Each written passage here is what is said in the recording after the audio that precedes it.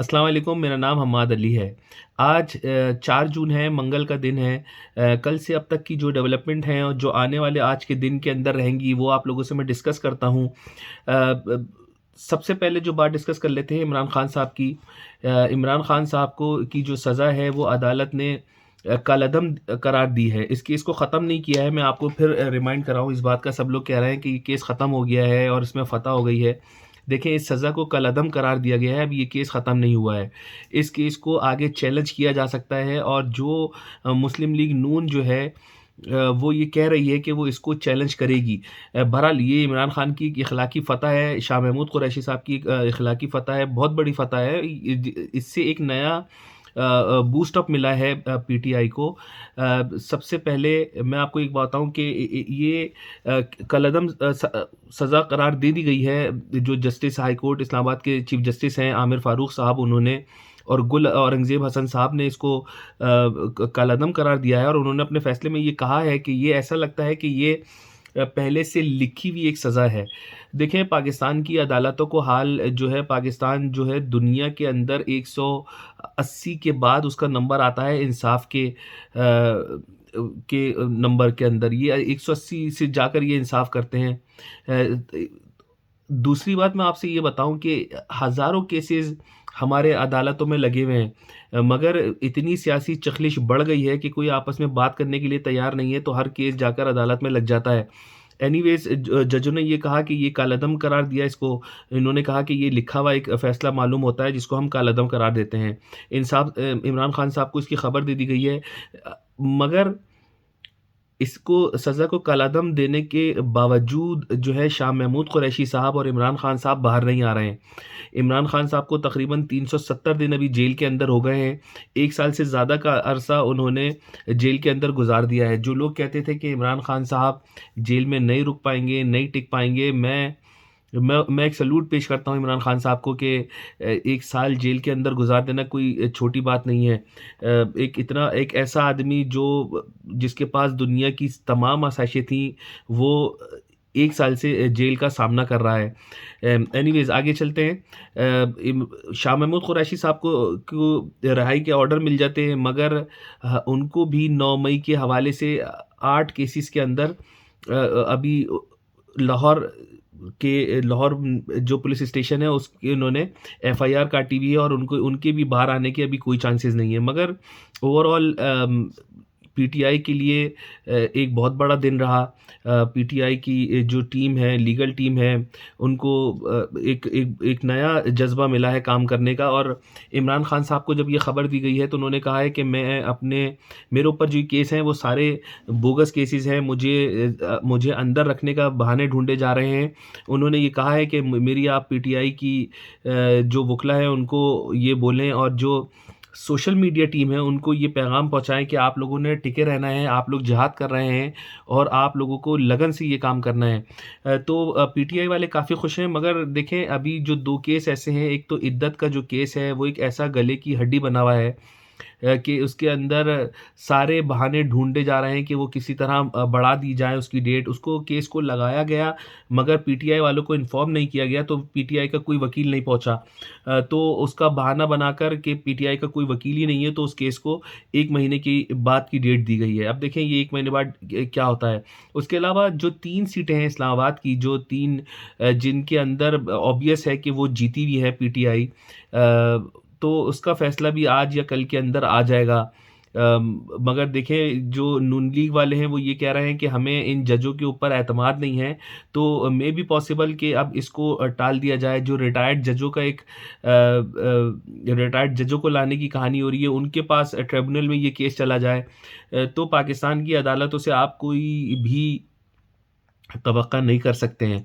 उधर जो स्पेशल जो नशिस्तें हैं, खुसूसी नशिस्तों के लिए जो फुल बेंच कोर्ट बेंच बना है सुप्रीम कोर्ट के अंदर, उसकी सूरत हाल ऐसी है कि जस्टिस फ़ाइज़ ईसा साहब जो हैं वो उनमें मुसलसल हीट अप हो रहे हैं। अतहरुल्लाह साहब और मुनीब अख्तर साहब की जो कमेंट्स हैं उसके ऊपर वो बार-बार जजों को रोक रहे हैं। वो एक एक ऐसा नज़र आ रहा है कि बायस डिसीजन दे रहे हैं। लोग ऐसा कह रहे हैं, रिपोर्टें कोर्ट से ऐसी आ रही हैं कि फ़ायज़ा साहब जो है वो बायस हुए हुए हैं और वो चाहते हैं कि पीटीआई को किसी तरह से कहीं से भी फ़ेवर ना मिले। ये अब तक की जो जो खुलासा है मैं आपको बता रहा हूँ पीटीआई के हवाले से।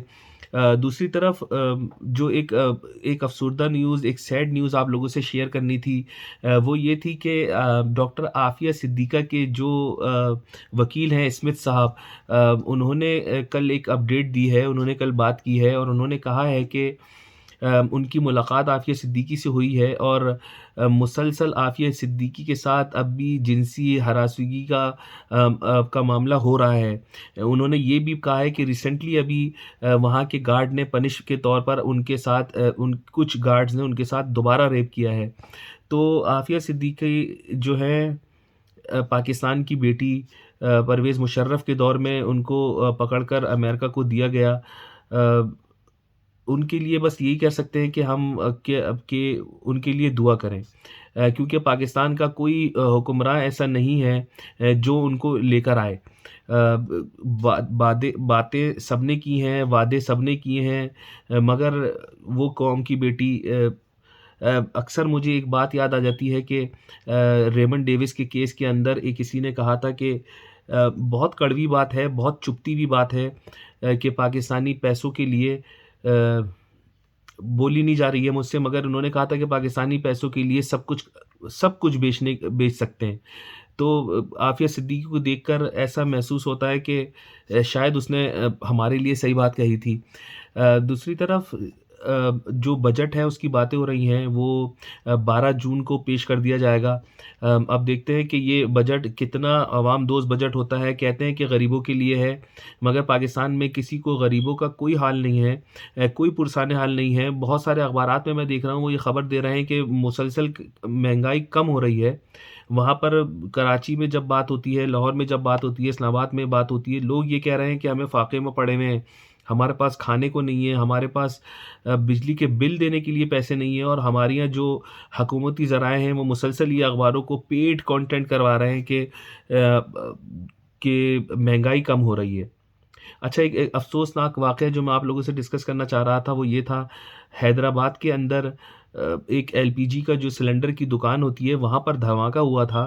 अब आप देखें, इस तरह का कोई एक हॉस्पिटल हैदराबाद के अंदर नहीं था कि जहाँ इनका इलाज कराया जाए। इन सबको सिविल अस्पताल कराची लाया गया था।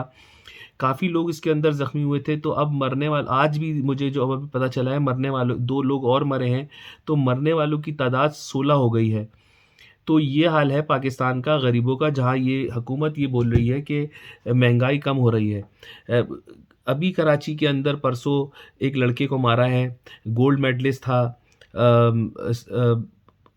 केमिकल इंजीनियर था, अभी शादी को 1 साल हुआ था और खाली एक मोबाइल और बाइक के खातिर उसको मार दिया गया। अपनी माँ-बाप का इकलौता बेटा था, सिंगल मदर मॉम थी, बाप का पहले इंतकाल हो चुका था। तो ये कराची के लोगों का, बिलख़ुसूस कराची के लोगों का और बिलअमूम हर जगह पूरे पाकिस्तान के अंदर सिक्योरिटी के ये हालात हैं कि जिसका जो दिल करता है, जिसको जी चाहता है वो मार देता है।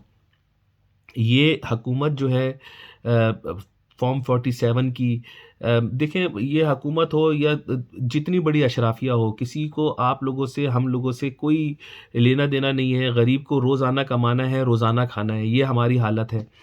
अल्लाह इस मुल्क के ऊपर रहम कर दे। आखिर में यही दुआ रह जाती है। दूसरी तरफ फ़लस्तीन के अंदर मुसलमानों का ये हाल है कि जहाँ पूरे एक अरब वर्ल्ड में इतनी सी जगह है जिसको फ़लस्तीन कहते हैं, जिसको तमाम मुसलमान ममालिक ने घेरा हुआ है, अरब फ़लस्तीन को। वहाँ पर एक इज़राइल जो है वो मुसलसल आग बरसा रहा है। वो ऊपर से बुरी तरह से हेलीकॉप्टर से, जंगी जहाज़ों से, मिज़ाइल जो उनके दिल में आता है वो कर रहे हैं और बुरी तरह मुसलमानों का कत्लेआम कर रहे हैं। एक-एक दिन के अंदर 200 मुसलमानों को ज़िंदा जलाया जा रहा है। ये मुसलमानों की हालत हो गई है। तो हम कुछ नहीं कर सकते, मगर कम से कम सोशल मीडिया पे आप उनके लिए आवाज़ उठाएँ, फ़लस्तीन के लिए आवाज़ उठाएँ, मुसलमानों के लिए आवाज़ उठाएँ, आफ़िया सिद्दीक़ा के लिए आवाज़ उठाएँ, कि रोज़े क़यामत अगर अल्लाह ताला आप पूछे तो आप ये तो बोल सकें, अल्लाह पाक हमारे बस में यही था, हम बस यही कर सकते थे। दुआ के हैं, जब जब भी टाइम मिलता है मैं कोशिश होती है कि आप लोगों को अपडेट करूँ, कुछ बातें आप लोगों से कर सकें।